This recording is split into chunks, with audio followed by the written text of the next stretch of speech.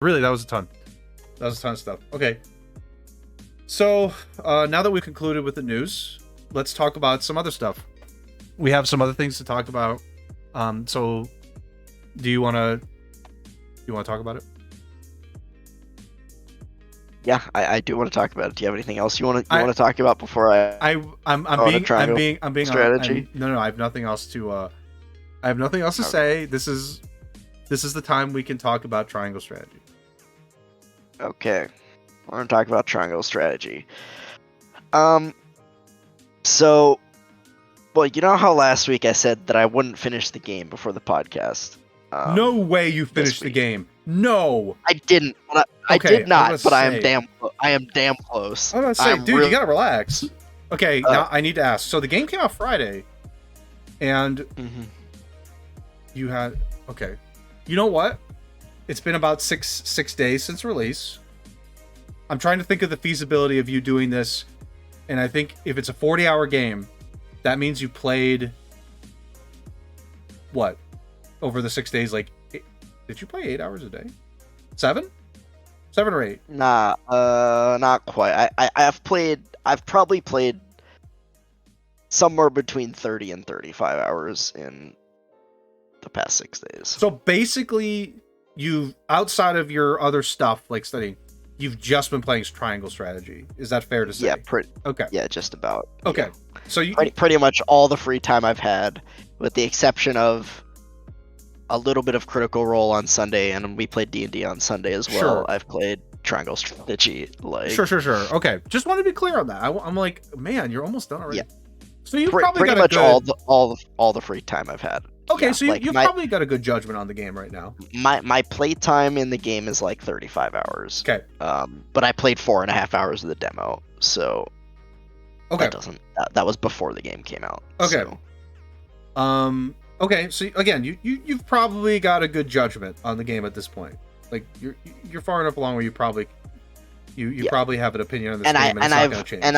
And I've made what I think was the final decision in the game, going towards like the ending that I'm going to get. Okay. Okay. The floor is yours. I'm just here to ask supplemental questions. Yeah. I played 1.5 hours of the game, so yeah, that's it. Which was mostly cutscenes, because that's what the beginning of the game's like. Mm-hmm. Yeah. Yeah. So as we talked about with the demo and last week, the beginning of the game is really, really slow. The length of the chapters does not really change. In fact, it gets a little longer, but there is not as much dialogue. Okay. It's more gameplay, because there's more, like, there's the decision sections, there's the exploration, and there's the mock battle. Every chapter you unlock an additional mock battle in the encampment, which are like grinding battles basically. So it's an extra battle for you to do every chapter. Okay.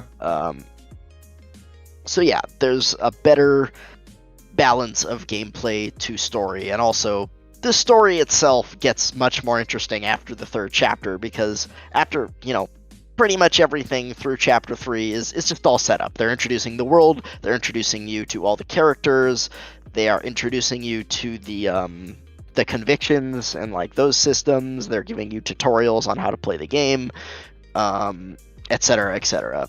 Stuff starts happening in chapter 4, where basically the conflict, there is a certain event that happens, and the conflict that we saw in the first demo basically starts. The S-Frost invasion of Glenbrook basically starts at the end of chapter 4. Okay. So, and then you go into it. You go into it from there. Stuff is happening, and then there is a decision in chapter 3, which it doesn't. Your decision in chapter 3 doesn't really matter. It's just like, it's an exploration decision. Like, they ask you whether you want to go to S-Frost or whether you want to go to Hyzant. So you choose one of the other two nations to go to and explore. You get, I believe you get a different party member based on where you went. If you go to Hyzant, you get the one that was in the first demo, who's the Ice Mage. Okay. And I don't know who the person you get if you go to S-Frost is, because I haven't played that route yet. Right. And then in chapter 7, you hit the decision that was in the first demo. Which did you play the entire first demo? I don't even remember. Just Okay. say it. I don't remember anything. So again, for people who care about spoilers, spoiler alert, but this is in chapter 7. This is the first major decision of the game. And I won't talk about any of the specifics of the decisions past that because those weren't in any of the demos, but this decision is whether you want to, like, you've escaped the city and Esfrost has taken over. They have killed the king and Esfrost has taken over Glenbrook, and they say, we are sending our army to attack you at a house Wolfort, but we will not attack you if you give us the Prince Roland. So your option is to either give them Prince Roland or to defend Prince Roland. Okay. That's the choice. You just give him up. Okay. That's the choice. Simple. It's, do you accede to Esfrost and say, like, we need to protect our own people, we can't deal with this attack that's coming, we just need to give up Prince Roland, or it's like, no, we need Prince Roland he's our friend and we need him for the future of Glenbrook, so we protect him. Okay, got it. We fight the Esfrosti army. We stand our ground and we fight. Like, okay. Which did you choose? I chose to protect Prince Roland. Okay, so you chose that one and you stood your ground against the army. Yeah. Okay, got it. Okay, that's the first major decision, is to defend the prince or not. Yep. Yeah, and you meet the prince early on in the game, so it's not like it's like you do meet Prince Roland, I think. Fairly early. Yeah, he comes in. He's in the battle in chapter 1. He's in the battle. Sereno and Roland are good friends. He's on the horse, I think, in that battle. He's the cavalry. He's your cavalry unit. So you can either give him up or defend him. Got it. Yep. Okay. So that's the first major decision in the game in chapter 7, and it goes from there. There is generally a decision every other chapter. So, except for, but yeah, the decisions are, and maybe I shouldn't say that, but there's a lot of decisions throughout the game. As you go on, most of them are, to me, interesting. They propose an interesting dilemma, and as you get later in the game, there are three-way decisions. So you have 3 options instead of 2, based on the 3 convictions of the game. And yeah, I mean, the game, in my opinion, is excellent, to be quite honest. Like, I really like the gameplay. We talked about last week how the units are all very unique and distinct, and that for the most part continues the more units that you recruit. Yeah, they're pretty much all unique. I don't think all of them are good, unfortunately. There are some where I'm like, yeah, like, I guess I see it, but I don't really like that. Every unit cannot be great. That's just the truth. It can't be that way. Most of them seem at least usable. There's a couple of units that I think you would really enjoy. There's this one guy, his class is like engineer or something like that. He's the blacksmith in the encampment. But he can build ladders, which can help you, like, scale cliffs and walls. Nice. If you have, like, big elevation map and if like the enemy has the high ground, it can help get up the cliff. The other thing you can do is build it's a spring trap. So it's a trap that you can place on the ground that, like, if an enemy steps on it, it just fucking eats them. I assume it damages them too. It damages them if they fall off, if they crash into something, or if you, like, throw them off a cliff or something. Obviously, it damages them. Yeah. So. Oh my god. Just spring trap. Nice. That's a big meme. And then there's Pikaletta the Acrobat, she's interesting as well. She can really, the main thing that she does is she can make a decoy of herself. Okay. So you just spawn a decoy, and it wastes the enemy's turns, basically, because enemies waste their time attacking it. It's a freaking decoy. Yeah, it's an XCOM decoy. That's really powerful. To just have enemies waste their time on that. I've always found that in XCOM that was, like, one of the best equipment. So that's a good one. So yeah, there's a lot of uniqueness in the characters. Like that, the assassin girl Anna continues to be just like completely broken because she gets 2 actions every turn. It's just stupid. Yeah, that's really dumb. I Um, think she was in the demo, right? yeah, I she was remember even more broken in the first demo, but she's still really freaking good. She's one of the best characters in the game. Yeah. The main character is good. I think the mages are a lot better now. Frederica gets an ability on her skill tree in the mid game or so if you decide to go for it, where basically anytime she kills something, she gets a TP back. So that's really nice. Oh yeah, yeah. She gets a So refund. she could TP battery herself. Basically, it's like Yep. so if you all of her spells cost at least 2 TP, but it means that if you kill something with one of her spells, it's like you didn't spend TP that turn because you Yep. spent 2, get 1 back, and then your next turn you get another another one. one back. You get another one back, so you're back at whatever you had at the Right. start of the turn that you killed something. Right. So Yeah, that's valuable. that's a very good ability for her. I think that makes her really good in the mid game. Yeah, and then you have Benedict, the advisor guy, who he has just all these buffs: attack buff, defense buff, movement buff. He has an ability, and then he has 2 abilities. One's called Now, which basically it costs 3, so it's pretty expensive, but it allows whoever he uses it on, it just makes their turn next. Like they get to go. Oh, that's cool. And then he has another one that is similar, but it's called Twofold Turn. It means that on that person, whoever you cast it on, their next turn, they get 2 turns. So, okay. So yeah, he's really interesting as utility. You have Huette, the mounted archer, the hawk knight. I don't know if you remember her. I do. No, I do. She doesn't do great damage as far later she starts doing better damage, but like she has a lot of utility. She has a blinding arrow. Obviously her mobility is really good. She can go up and down cliffs because she's a flying unit. Yep. And she has, a blinding arrow and an immobility arrow as well, so she can root people in place. Sure. So she has a lot of utility. And yeah, there's just lots of different characters. They're all different and interesting, I think. And yeah, I mean, I think the tactics are really fun. The game is, once you get into the mid game, is relatively challenging, even on normal. The maps are not easy. The bosses, not every map has a boss, but when the bosses are there, they're very strong for the most part. And yeah, I mean, I just think the game's really fun. The story's pretty good, but it's more to me about like the decisions and the consequences of your decisions than the actual like plot of the game. There are a few interesting like twists, I would say. One of them felt a little ass pulley to me, kind of like not quite as bad as the moon and Scarlet Nexus, but it was along those lines. I was like, okay, I don't know about that one. Yeah, like, it's a little weird. Okay. And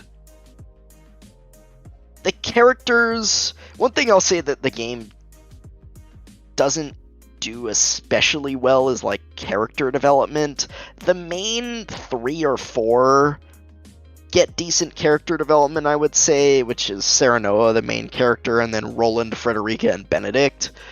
Those are like, they're pretty interesting and they get some character development, but the side member, like the random people you recruit, are like, they have nothing to do with the story at all. They have like their backstories, and when you recruit them, you'll get like their backstory and why they want to join you. And then if you use them enough, you can get a few more like cutscenes with them that explains like their struggle and where they're going. And some of them they're hit and miss, but they feel very like disjointed from the actual plot of the game, which is fine, I guess. But they're not. It'd be nice if they had a stake in it, like at least then. Yeah. The problem is, like, it's kind of like Octopath, where it's just the way the game was designed. It just doesn't, because you don't always recruit the same people. The people you recruit depends on the decisions you make. Your, like, Serenota's convictions, which are hidden. in the first playthrough. In New Game Plus, apparently you could actually see what your convictions are and like what you can do with that. But Right. so yeah, they couldn't really make any of the side characters super important to the story or anything. Okay. But yeah, the side characters, they just feel, as far as the story, very very tacked on. They're just kind of there to be support units for your team, which is fine. And again, I think they're interesting gameplay wise. And yeah, the character development on some of the, even other than the main four, so the other three would be Anna, Huette, and Eridor.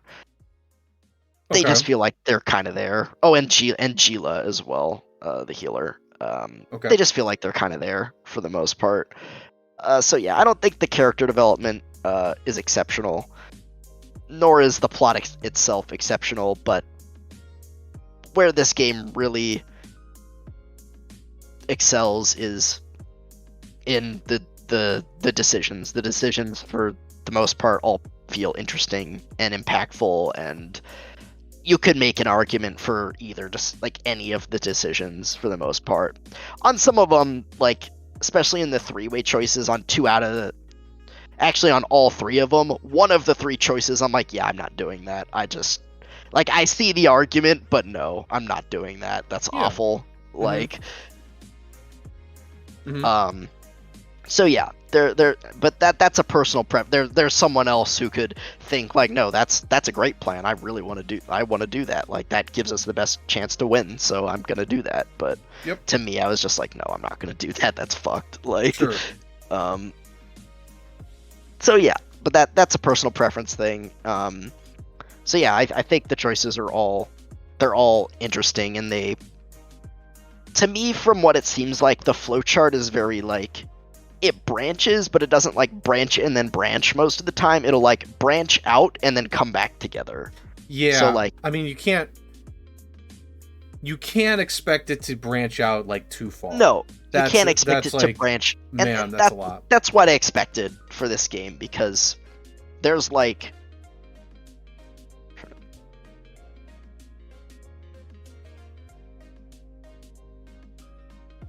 yeah, there's like 7 decisions in the game, which is a decent many. And if each one of those had like, 2 or 3 branches, and then those had 2 or 3 branches, like that would get way too big, way too fast. So correct. I think the way they did it makes sense, where you'll branch out and then you maybe have a few things that can branch from there, but then it'll come back together and you'll kind of get back on the main path again, and then you'll branch out and it'll come back together, and branch out, come back together. Right. So that's kind of how the flowchart works for the most part from what I've seen.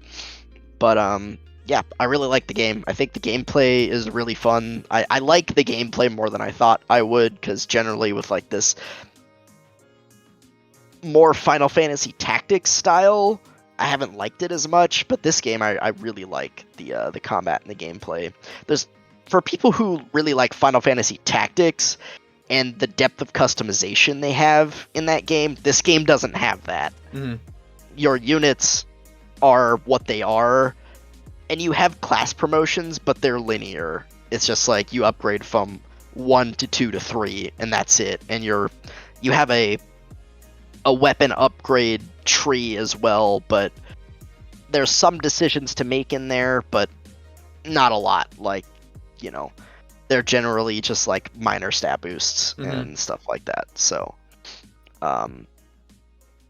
yeah, there's not a huge depth of customization like in Final Fantasy Tactics, but I think it still works really well in this game, and I really like the gameplay. And the decisions are great. I think the story to me is good, but it's not like exceptional.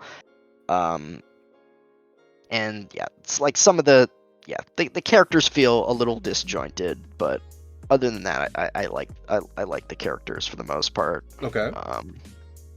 So yeah, I mean, for me, this game is like,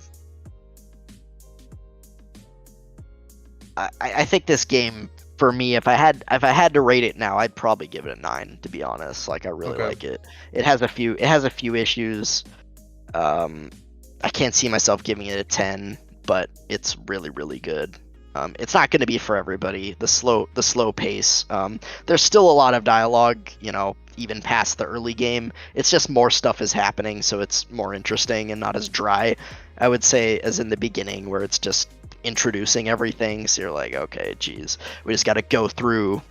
Here's this guy, and here's that guy, and and let's learn about the Salt Iron War, and let's learn about Esfrost, and let's learn about Hyzant, and like, okay, yeah, it's a lot. It's a TV show. It is a TV show. There are TV shows that exist. You can't be like a movie. There are some games that are like a movie. Okay, like Dead Space is like a movie. Like things just happen really fast all the time, and you just keep going. But a TV show needs to be like, especially when it's like a couple seasons, it goes slow to start because it wants to give you everything introduced, and then once you figured all that out, not every TV show is like this, but like then once you understand all that, you can kind of just like, then they start going like halfway through the season, like, okay, you got everything, good, here you go, and you just start. Then they just start going. But like I've watched TV shows that like the first 2 to 3 episodes is just them going, here's this person, here's this person, here's this person, here's exactly what we're doing right now, here's the current concerns going on, and it's like 3 episodes. And then the season's like 8 to 9 episodes. And then once you get all that, they're like, okay, great. Things are happening now. It's episode 3 or 4. We're going. And that's great. That's fine. I think that's great. It's not a movie. Movies are like really fast right away because they have to like, they don't need to introduce as much. Yeah. Movies only have 2 hours. They have 2 hours. Like they're not going to introduce as much. And that's okay. That's totally fine.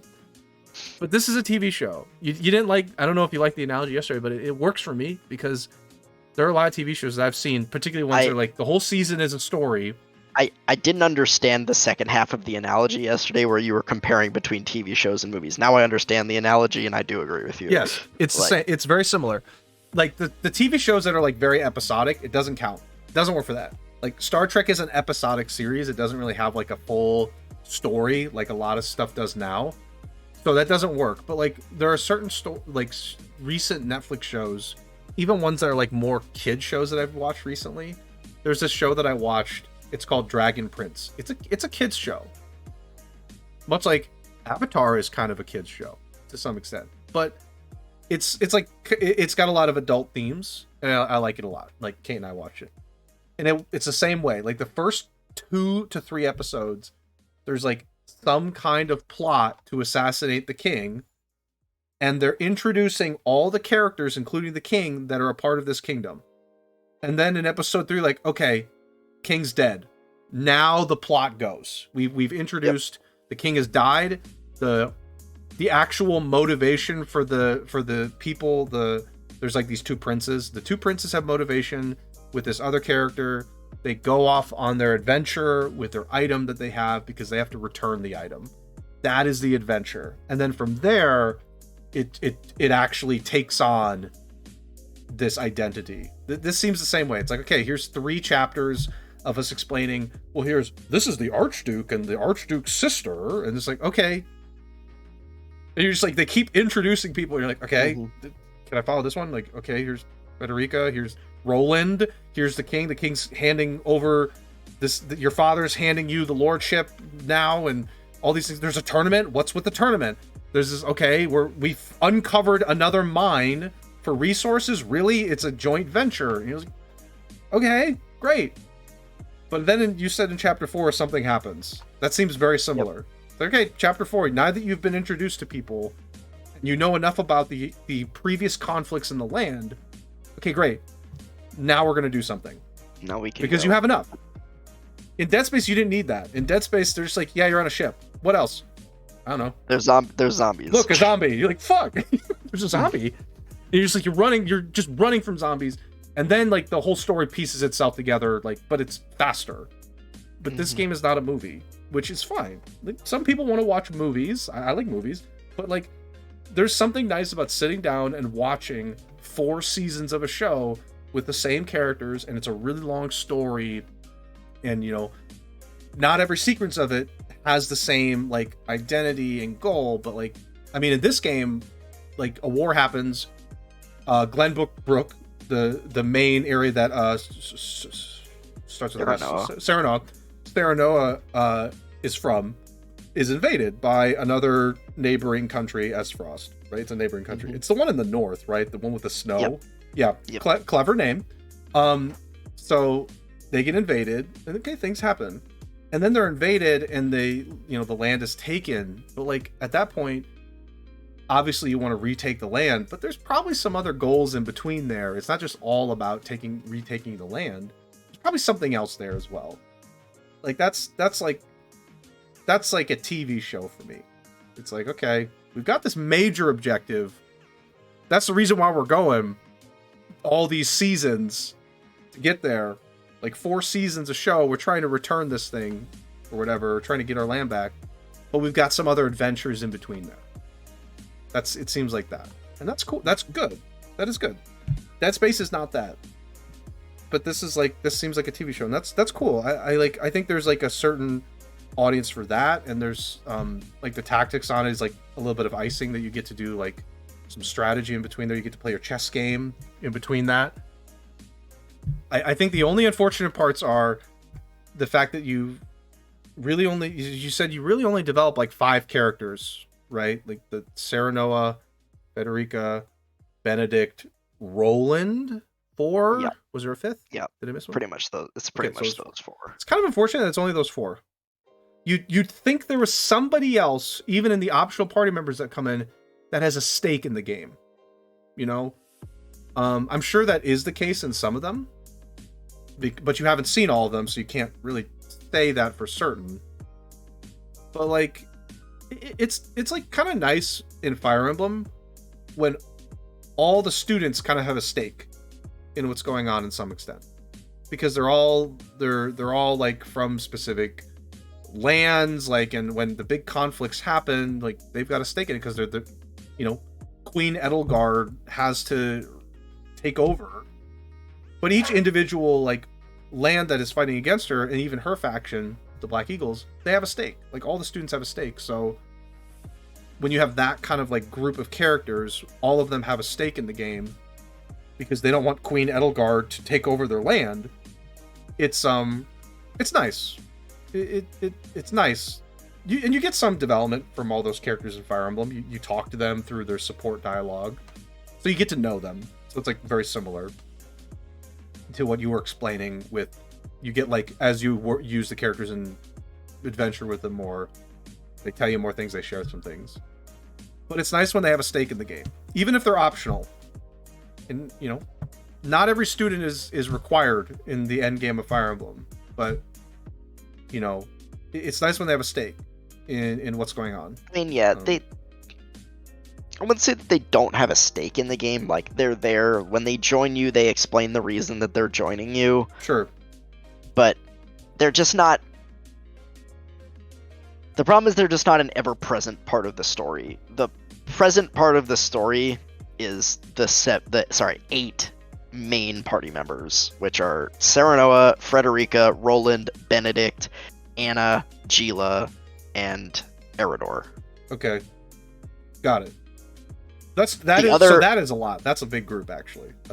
Only like the main 4 get a decent amount. The rest are just like, Huette is Roland's guard. She's like the King's Guard to Roland. I've seen her. Gila is Frederica's retainer. Yep.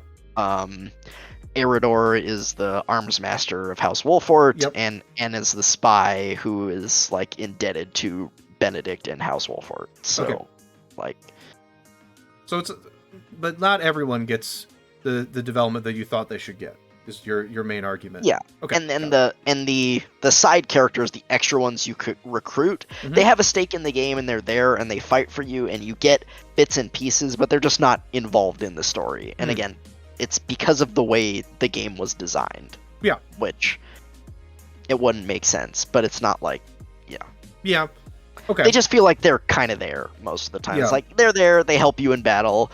If you use them enough, you'll get another little side story to do with them and how their like quest is developing on like what they wanted to accomplish. But again, it's kind of more like Octopath in that sense, where like the party didn't really seem like the party was very disjointed in that game. I know they had those little like party chats occasionally, but It's yeah, it's not as it connected. really it was much more about the 8 individual stories of that game Sure. than like the party cohesion and the Yep. overall narrative, I guess. Okay. But I have another thought to sort of provoke your thoughts. You said the plot is okay. Can we say it's okay, or is that? I think it's good. It's okay, good. It's good. Okay, it's good. Good. I thought good, you meant not, okay. Good, not amazing. Okay, so it's good. I thought you meant it was like okay, and I was about to say something, but when it's good, then I'm not gonna say much more. So, my gosh, I just got a message on Slack. I gotta quit that. For work. What else is good? No, I mean, like I said, I only played like an hour and a half of the demo. I told you this already. I'm not committing to buy this game, not because I don't think it's a quality product, but because when am I going to play it compared to everything else that I still have to play? It's like, do I really want to add to the backlog? That being said, like the demo that I played, even with a lot of dialogue and stuff, it's, nothing wrong with it. Like the voice acting from what I've heard is good. The combat, the one combat that I did, like I would say was like pretty interesting. What difficulty are you on? I didn't ask. I should have. Normal? Hard? Okay, normal. Okay. So I chose... hard from what I've seen is actually quite challenging. Okay. So yeah, I just like, I mean, I've only played an hour and a half, like, but I'm not bored. So yeah. That's good. Like usually when I get bored in a game, that's a really bad sign, and I do bore easily. But I wasn't bored. I was trying to like, it's just a lot of stuff being thrown at you. It's a lot. There was a lot of exposition at the beginning of the game. There was a lot. But it wasn't like dumb, it wasn't like too silly. It was serious. It was trying to be taken seriously. So you wanted to like be there. The only thing I thought was like moderately amusing was like, what do you think of my pink hair? It's like, who gives a shit? You have pink hair. Like why do we care? And I guess like where she's from, everybody just has pink hair. Is that it? Like, what's going on? Like, why does it matter? It's not where she's from, but it's like a race of people known as the Roselle who all have pink hair. Okay, that's it. So I was like, it's like, who cares? You have pink hair. What? Okay, but it's the race. All of them have pink hair. Okay. Yep. I'm sorry. For whatever reason, that's just amusing to me. That like that's the distinguishing trait. Is we all have pink hair. Like, okay. Anything else? No. Oh, okay. I don't know why, but that as a distinguishing trait was amusing to me. Just like pink hair is our distinguishing trait. It wasn't bad though. I was just like, I was like laughing while I was listening to it. It was like, really? Pink hair? But yeah, I don't know. So would you recommend this to everybody, or is this like only if you like these things would you recommend it? A 9? I mean, can I be clear? A 9 means you'd probably recommend it to anyone. That's what a 9 like for me would feel like. But it's my opinion. Like, sure. To me, this game is a 9. Would I recommend this to everybody? No, because I don't think everybody would like this. Sure. Like, this is a strategy RPG. If you don't like strategy games, you're not gonna like this game. Like, it's the same. Like, it's any game. Like, I know Elden Ring has like a 96 or 97 on Metacritic. That doesn't mean everybody is going to like the game. Sure. Like, there are people who don't like Souls games. They don't like that they are difficult, or that they don't hold your hand, or that they don't tell you where to go all the time. Or so even though the game is like a 9 or a 10 out of 10 to basically the entire gaming media, it's not that everyone like, okay, Elden Ring has more widespread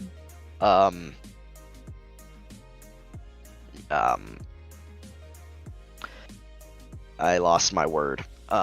But yeah, it's more people would like Elden Ring than Triangle Strategy. Sure. Triangle Strategy is niche, but if you like JRPGs, like that type of storytelling, and and/or strategy RPGs, or maybe if you really like the idea of really interesting and impactful choices in the game, and you can at least stomach this type of storytelling and strategy games as long as you don't hate that genre, then I would recommend this game. Okay. If you like kind of any of those three pillars without hating the other any of the pillars, then I would highly recommend this game because I think it's excellent. Yeah. But this game is not for everybody. Sure. And as we've talked about, the game has an incredibly slow start if you're unable to get through the first 3 chapters, which if you're going fast, maybe it's 3 to 4 hours. If you're going slow, it's 4.5 hours, which is what it was for me. Yeah. So,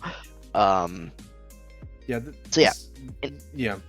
It's not a fast game. It has a slow start, but I think the gameplay is really fun. And also, don't go into it thinking it's not Fire Emblem and it's not Final Fantasy Tactics. It is a strategy game akin to those, but it is its own thing. It's not trying to be Final Fantasy Tactics. It's not trying to be Fire Emblem. Right. It is triangle strategy. It is its own thing. It is a strategy game, that is, I would say it's more similar to Final Fantasy Tactics than Fire Emblem, but it doesn't have the depth of customization in the character classes in the job system in Final Fantasy Tactics. This is its own thing that has its own systems and executes them very well, in my opinion. But it is not either of those games, or it's not XCOM. It's not any of those strategy games. It is It's a completely new thing. Obviously, it takes ideas from some of those, but puts its own spin on it. Right, of course. And I think that people that are making comparisons simply are trying to allude to the fact that it was nice over here, why isn't it over here? That's basically what they're alluding to.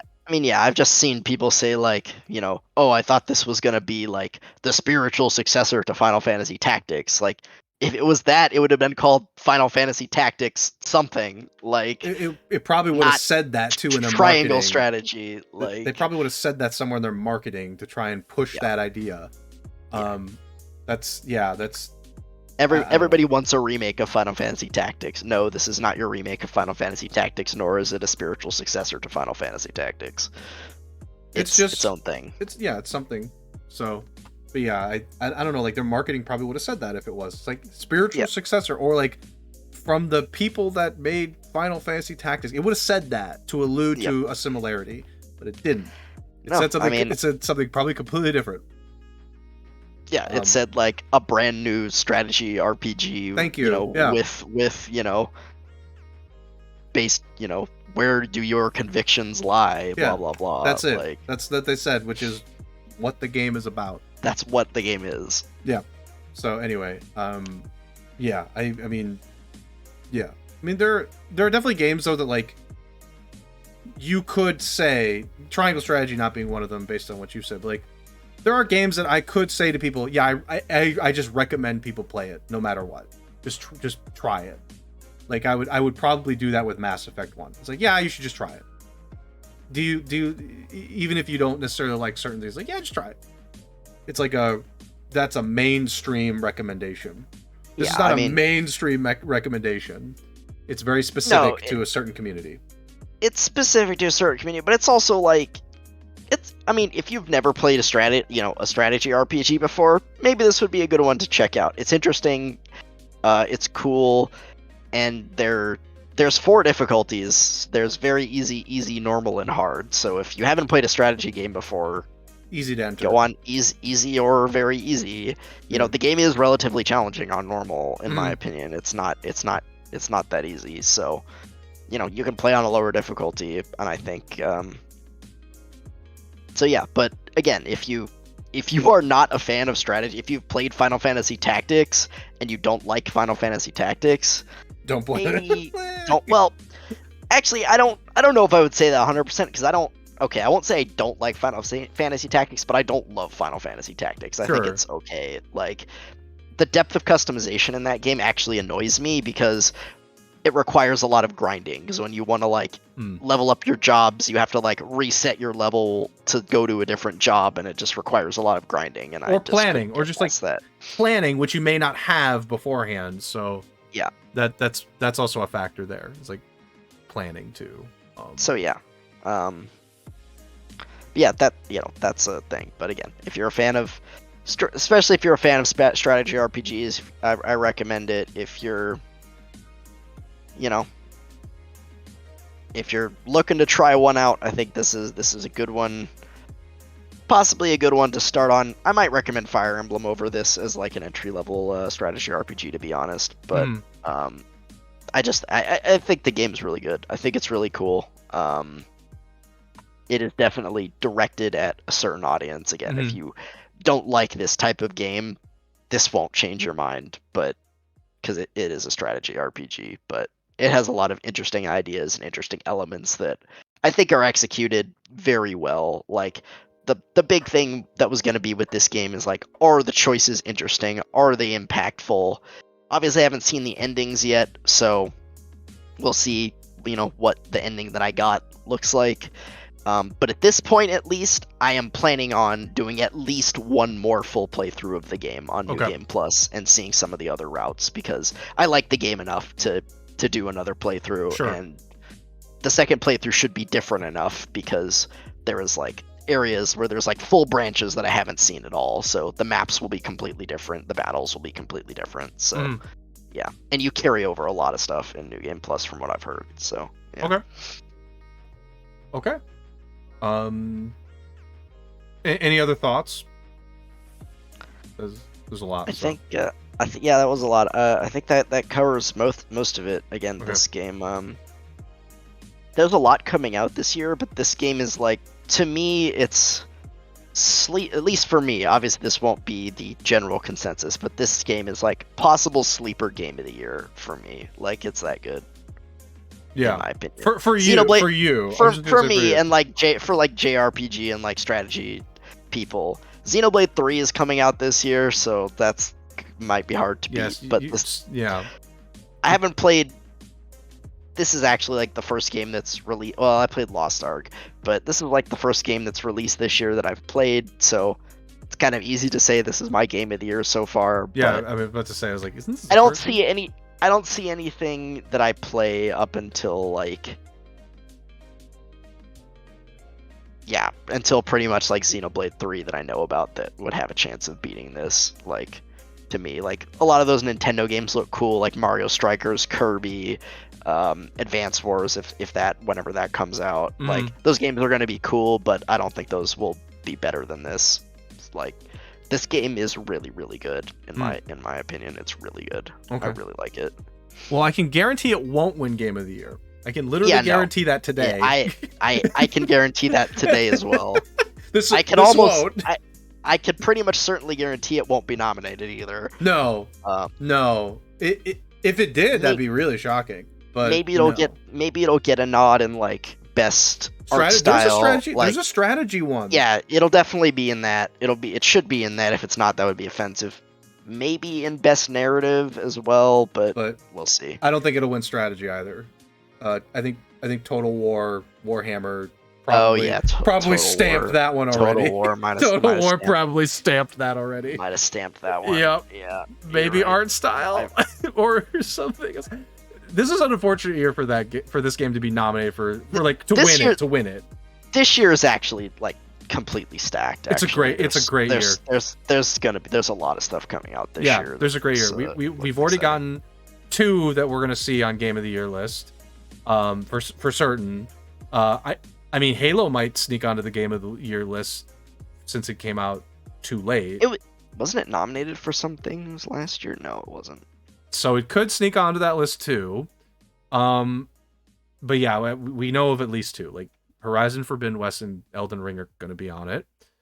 I don't know. Well, Kirby might be a sleeper to get on that. We have to see how Kirby might be a sleeper, but like supposedly the new God of War is going to come out this year. Breath of the Wild 2 as well. Maybe we don't know for sure, but maybe again, this year is looking ridiculously stacked. This is a tough year for anybody trying to get Game of the Year when Elden Ring exists. Like Elden Ring's wing it. Let's just move on. Yeah. It's Yeah, just who let's wins move the on. other stuff. That's really Yeah. what it is. Well, Like, Elden Ring's gonna win everything for the most part. Like anything that's nominated for, it's probably gonna it should win Game of the Year, but it probably shouldn't win Action. Just out of like respect, like, Oh, look, it yeah. already won Game of the Year. Like, give it to somebody Lol. else. Do you remember Last of Us 2 2 years Yeah, I ago? That know. swept everything. I know. Like, but like, if you win Game of the Year, like, I understand you should win like best of that specific genre you're already in, but give it to somebody else as like a nice nod. Like, look, you didn't win Game of the Year, but you're great. Okay, you're great. Yeah. Like, of course that's the case. Last of Us 2 was, oh god, that was a joke. That was so stupid. Yeah. That was a bad year for us, for people watching the awards show. That was a bad year. But yeah, again, like, I am almost certain, unless a lot of these games, games that I'm going to play this year turn out better than I'm expecting, that this game will make, if we do our top 5 games of the year for next year, I'm pretty sure this will be on my list, like, almost certainly. Like, again, I like it that much. I'm pretty confident that it's going to be in there and going to be in the running for my personal game of the year. Sure. Like, it's really good. That makes sense. I'm looking forward to Kirby. That's my game that I might be able to actually, hopefully, I want to make time for it. That's my game. Yeah. The You 25th. Need some mouthful mode. It's like a meme. It's a meme. It's great. It is a meme. And Strikers are gonna be fun. But anyway, okay. Let's wind things down. Yeah, I know, we're a little over time. It's fine. Let's wind things down. So first off, for people still listening, for those of you on the VOD squad, thanks for watching. And we are continuing to put YouTube videos up. Hopefully they'll be more, quicker this weekend due to me having some more time personally, but also just the fact that we'll try and be faster this weekend. And next weekend I'm running a charity event. I won't talk about it too much more, but it'll be on my stream. So you should check that out. My stream is just twitch.tv/automaton1989. And there will be no podcast next week as a result. So we'll accumulate game news and go the following week. So we'll come back the 24th, which is actually the day after my birthday. And we'll be back and talk about some more stuff, and we'll have some potential reviews come in for Kirby. We'll get to see reviews of Kirby. Oh yeah, that's coming. Is that coming out the 25th? 25th, right? yep. So we'll get some Kirby reviews. That'll be cool. We'll get to read Kirby reviews. So anyway, Spoon, any final closing thoughts from you?